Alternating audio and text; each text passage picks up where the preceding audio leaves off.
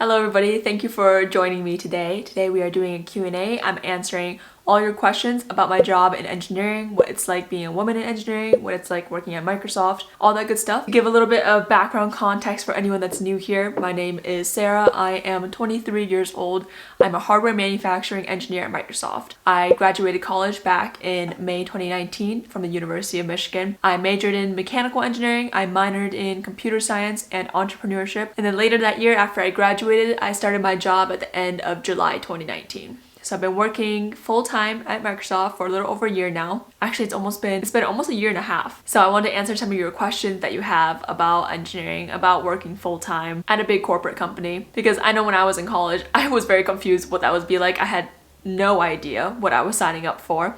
And now I have a little bit of insight, so I'm going to share that with you all today. I asked you all to ask me questions on Instagram, so if you want to be a part of these Q&As in the future, you should definitely go follow me on Instagram. That's where I make all my announcements first, and that's also where you can ask me questions for future Q&As. To give a little bit more context of my job, I am a hardware manufacturing engineer at Microsoft. I work in Azure, Microsoft's cloud services. If you don't know what the cloud is, that's totally fine. I honestly didn't know what the cloud was until I started working at Microsoft, but most likely you do use the cloud every single day. How I like to describe it is that it's this giant computer that everyone's able to access for memory, computing power, and so on.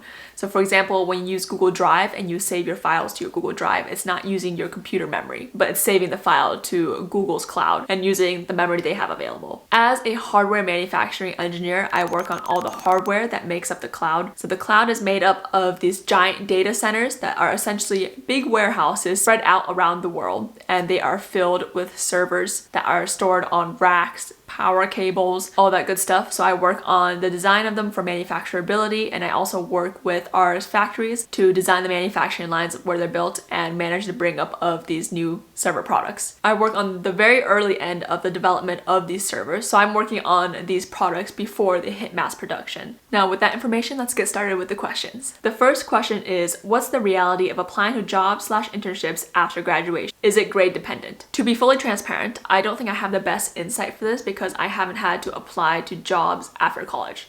I applied to the job that I'm currently at my senior year of college, and I haven't applied to a job since. However, from my experience in job applications my senior year, and also talking to my other friends in the industry, it becomes less and less grade dependent as you get further away from college and accumulate more experiences outside of your college education. It also depends on the company. I know a lot of my friends who weren't super happy with their GPA, did not put their GPA on their resume, and a lot of companies never asked, while other companies would ask them to provide their GPA. Some companies do have a minimum GPA requirement, and I think this is just a way to filter through applicants if they get a lot of applicants, but there are also a lot of companies that wouldn't take a second glance at what your GPA is. And like I said earlier, the more experiences you have outside of college, the less relevant your college GPA becomes, the less relevant even your major becomes. It's kind of like how at the end of college, your high school experiences have become irrelevant. Similarly, the more time you spend outside of college gaining other experiences, your accomplishments in college also become less and less relevant. So yeah, a good GPA never hurts your application, but there are also companies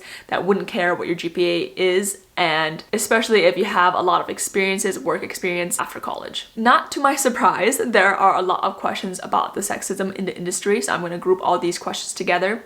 First one is, how do you deal with condescending men who assume they know more than you? Do you also feel like you have to repeat yourself 3 times to be heard in a group of older males? What are the main obstacles involved with working in a male-dominated industry? How is the industry for women? To give a short answer, yes, I do feel like sometimes I have to repeat myself 3 times to be heard, and I do deal with condescending people. I could talk on this topic for a very long time, but for anyone out there who's a woman in the engineering industry, you are not alone. I also work on an all-male team, so that has definitely played a role into my experience for any engineers out there who are women who work in an all-male team. That being said, I don't think there is anywhere in the world, no matter how good the company is, that is free from sexist unconscious biases. Same with racist unconscious biases. Our society is simply in a place where everyone has unconscious biases relating to these areas. The common stereotypes about women is that they should be caregivers, people commenting on women's appearances in the work office, people giving critical advice when the woman's being too assertive, and also again when the woman's being too quiet. Lots of double standards basically. Also assuming that women are less capable than men, and I'm very bad at talking about this topic because it gets me so angry. But in the case that I do face some unconscious sexist biases, it can be scary scary to speak up for yourself,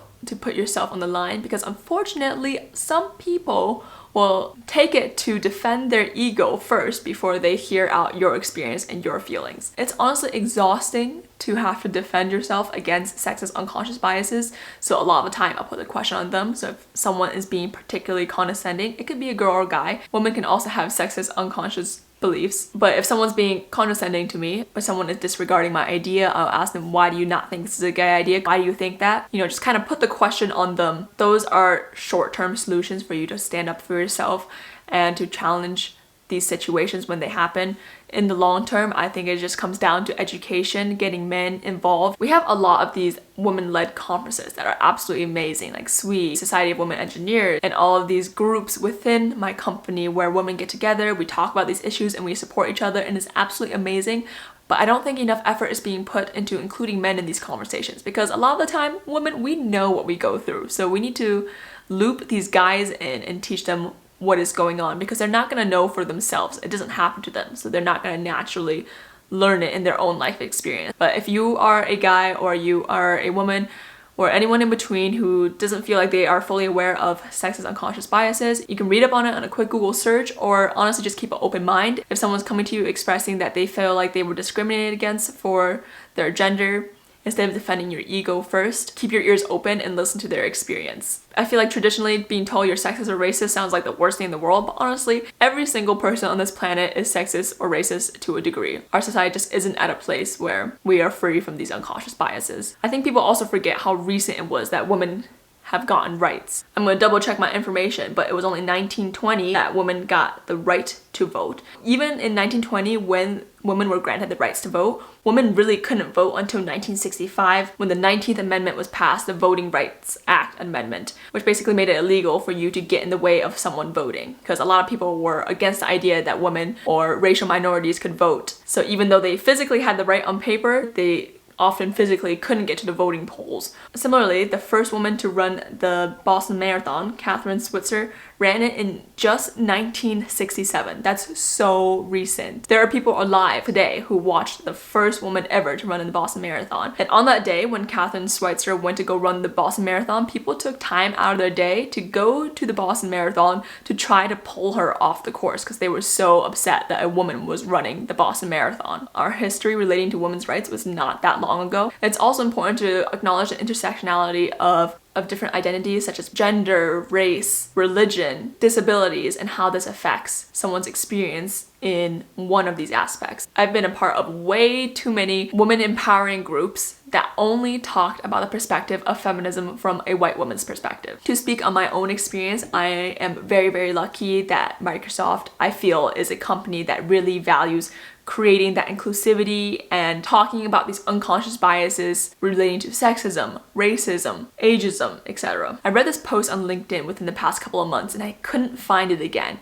But basically it was this woman, she's a hiring manager, she works at this company, and she wrote about how one of the applicants she was hiring, who was a woman, received a smaller offer in terms of salary, benefits, and so on than her male applicants, and so she brought this to her manager, and basically they quickly corrected the issue and matched her offer to be the same as the male candidates for the same position. And her conclusion to this story is that you want to be working for a company that is vouching for your equality and your inclusivity before you even step into the door. I wanted to share that takeaway from that article because I thought that was a really good point, that you want to look for these companies that are vouching for you without you having to speak up for yourself or before you even walk into the room. Anyways, I could talk about this for so freaking long, but a short answer is yes, I do experience the sexism in the industry. I am blessed to be working at a company that I feel like really supports this area. I feel like I have allies at work that are both men and women, and the biggest obstacles I face are probably those unconscious biases, getting interrupted in the meeting, having your idea not fairly considered, and being critiqued in ways that your male coworkers would not be critiqued. Regardless, I don't think it's any reason someone should avoid engineering as a woman. In fact, I think it's a reason that you should get into it. Women historically have entered the workforce, and especially engineering, much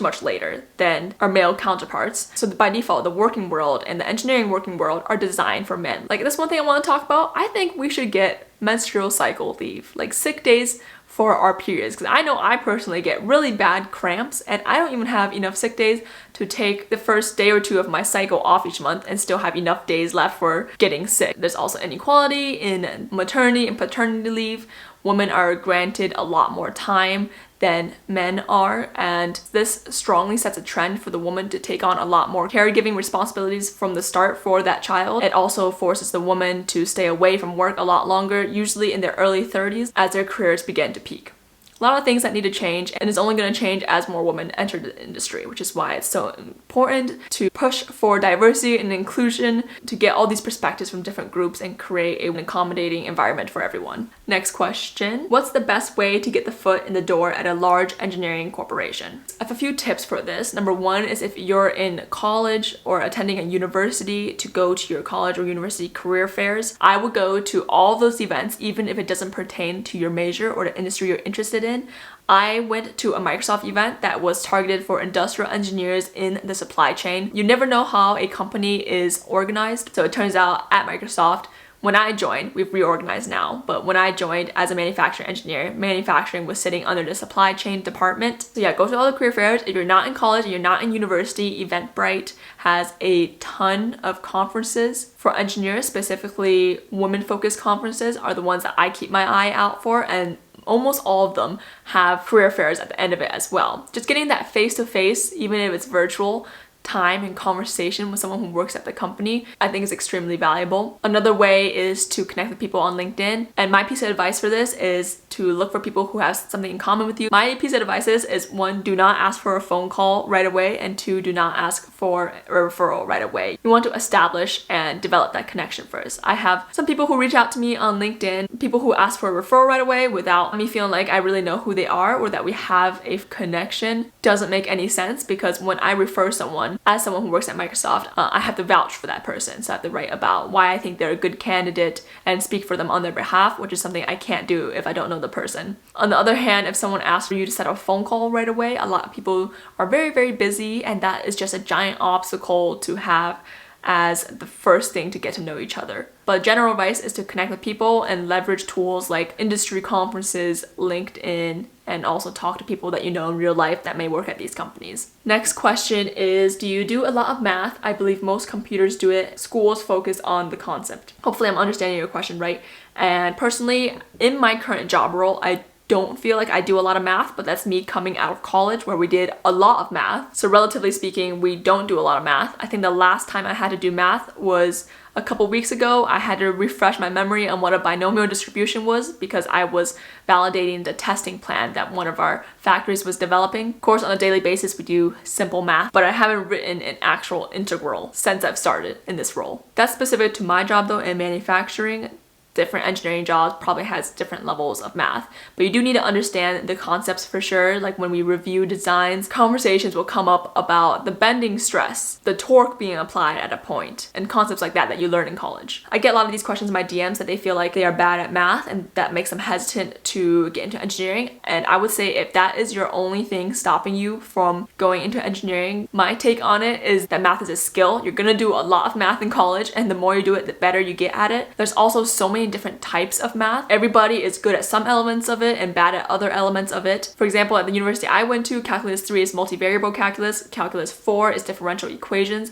I did a lot better in Calculus 4 differential equations than I did in Calculus 3, and that's just because for some reason differential equations clicks in my head better than multivariable calculus does. I also have friends that have failed math classes, retook it, and then aced it the second time around, and now know that subject of math better than I do. So in summary, my take on it is that math shouldn't be stopping you from entering engineering. To me, it doesn't really make sense to say you're bad at math because there's so many different kinds of math, and it's also a skill that gets developed. Just wanted to add on that it's a different situation if you don't like math. There are different types of engineering and they vary in the levels of math they do. So if you really strongly don't like math, but you still want to pursue engineering, then I would consider the majors within engineering that do less math. Another question is, I'm struggling to get noticed. What are some good ways to stand out? I'm going to assume that you're talking about your career since this is a job-related Q&A. I think there are 3 good ways to stand out at your job. One is to talk to people at work, set up weekly one-on-ones. I am personally really bad at this, so I'm kind of hypocritical for saying it. The introvert in me doesn't really want to have a one-on-one every single week.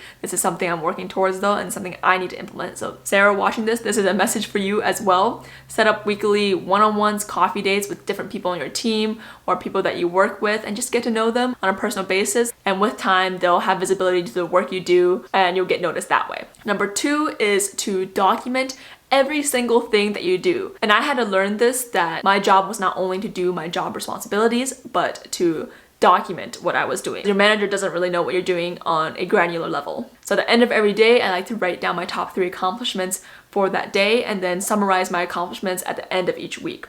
I set aside an hour a week on Fridays to review my accomplishments for that week, review any training I want to pursue, and brainstorm where my career is going. So I would definitely set aside that time on a weekly basis if you can. Also, when you have these accomplishments documented, you can share it with your manager, you can communicate everything that you're doing better, providing visibility to the work you're doing to your manager or to anyone that asks for it, and having it available at the back of your hand is super handy. Number 3 is to get onto high visibility projects. These projects usually affect other teams or improve a current process. So for example, I have my day-to-day job responsibilities that are the minimum requirement for my work, but I also work on these projects on the side that improve the processes that we work with in communication with other teams. And through these projects, I have to speak with representatives from all different kinds of teams, and that helps to get you noticed and also get to meet other people. Next question is, what made you want to pursue a career in engineering?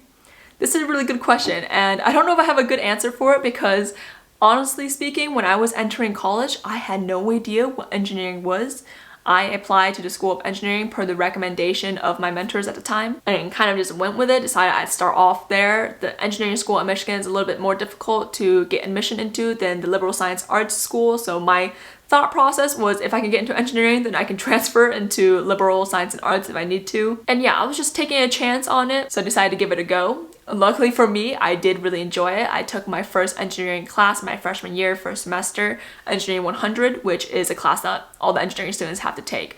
And I took the section where we built an underwater remote controlled robot, and I really enjoyed the process of designing the robot from a visual perspective, designing it from a mechanical perspective, problem solving all the issues it had, and also working with a team to build it. It was so hands-on, felt like the best puzzle I'd ever encountered. From there, I started my process of elimination, trying to figure out which engineering major I wanted to go with. The first one I considered was chemical engineering because I still had pre-med in mind, so I was thinking if I did chemical engineering, I could knock out some of those pre-med requirements, and at the end of my undergraduate experience, I could become a chemical engineer or go to medical school if that's something I was still interested in. But then I took organic chemistry, realized I didn't like it, talked to some chemical engineers, realized it wasn't the field for me. So I moved on to electrical engineering, and I moved on to electrical engineering simply for the fact that I really liked soldering circuits. Quickly realized that was the only thing I knew about electrical engineering, and then I went to biomedical engineering because I wanted to be a part of the medical and health industry still, and that's when I felt like I could have the most impact. Also quickly realized that it was too specialized for me and that I wasn't super confident that is the field I wanted to go into, so I went into mechanical engineering and I fell in love with small product design. So the benefit of mechanical engineering from my perspective, which obviously I'm biased, I think is the best engineering major. So the benefits of mechanical engineering is that it's very broad. I know mechanical engineers that go into the biomedical industry, that go into the aerospace industry, and so on. So I chose mechanical engineering because of its wide applications, and I also really love small product design, which is a part of mechanical engineering, and that's something I pursued a lot in my undergraduate degree. Then I also pursued a minor in computer science because I absolutely love coding. I took my first coding class, which is also an engineering requirement, and I absolutely loved it, but I also knew that I didn't see myself in a computer science job outside of college. I didn't want to be looking at code for the majority of my day, so I chose that as a minor. I also minored in entrepreneurship, and this minor was honestly very easy and very fun. The cool thing about the entrepreneurship minor is it gave you access to classes in different schools. Like you could take patent law from the law school, you could take business class from the business school, you could take classes from the School of Information. So I really loved that minor. It was a fun way to explore other classes. So I guess I pursued a career in engineering because I took a chance on it. My mentors recommended it. I did really like it. Also, I can't ignore the fact that it pays very well after just 4 years in college, so it's a good return on your investment. I really like the problem solving, the puzzle aspect of it, and the design aspect of it. So yeah, that's why I went with engineering. Another question is, what's your career goal in 5 years? And this is a loaded question because I absolutely have no idea. I do this exercise called a mind map a lot of the time, where I write out where I'm currently at and then write a bunch of different branches of where I could head into and what path I could take. Basically, the possibilities just exponentially grow as I branch off different ideas each time. And I used to really struggle with this. I felt like I was really lost and confused right after graduating college because I didn't know what direction to head up to. for your entire life, you follow these milestones, right? You were in elementary school in the US for 5 years, and then 3 years in middle school, and then 4 years in high school, and 4 years in college for your undergraduate degree. And you had these milestones that you're working towards, and then all of a sudden you enter the working world, and it is this giant space of a million different possibilities. You have little to no idea what each possibility means. It is getting clearer with time, but especially how this year has been going, everything is still very much up in the air, and I feel a lot more comfortable with that. I think partly just because you get used to it, and the other part, you start to see the positive side of it. Basically, you're not trapped in based on your major or what you're studying or the clubs that you're in, like how you were in school. Like, I've entertained the idea of trying UX design for a couple years. I've entertained the idea of working at a startup, of working at another big tech company. I think within the next 5 years, I definitely want to at least switch roles and probably switch companies, not because I don't love my current role. I genuinely do enjoy it, and I'm so blessed to have the job that I have, but I also don't have anything to compare it against because it's my first and only full-time legitimate job since I graduated college. So I definitely want to experience another company or another role to have some points of reference and some different experiences along the way as well. I think something that I also realized after college is I became less scared of lateral moves. Like, to me, before I graduated college, I put a lot of pressure on myself to pick the right job right out of college because it felt like if I ever made a lateral move, like if I switched industries or tried a different position, it would be the same as being held back a year in school because you wouldn't be progressing towards a promotion. Since when you move laterally, you usually stay at the same level, or depending on how different the industry is, you can start back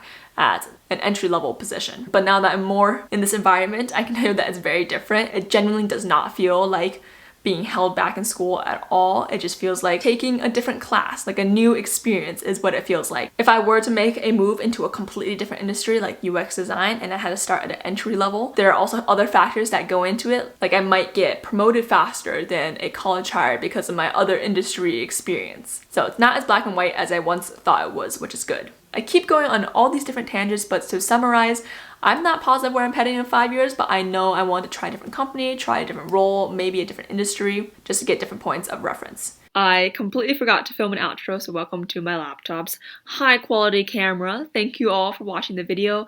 If you enjoyed the video, you got some good information out of it, please give it a like, leave a comment below, subscribe if you want to stay for more. Also, feel free to answer any of the questions with your own take in the comments below. I think it'd be great if we created a community of open information where we just help each other out. So yeah, if you have any further questions, or if I didn't answer your question quite clearly, feel free to slide in my DMs, feel free to comment below and ask for more information. I am here to help you as much as I can. Thanks again for watching. Talk to y'all later.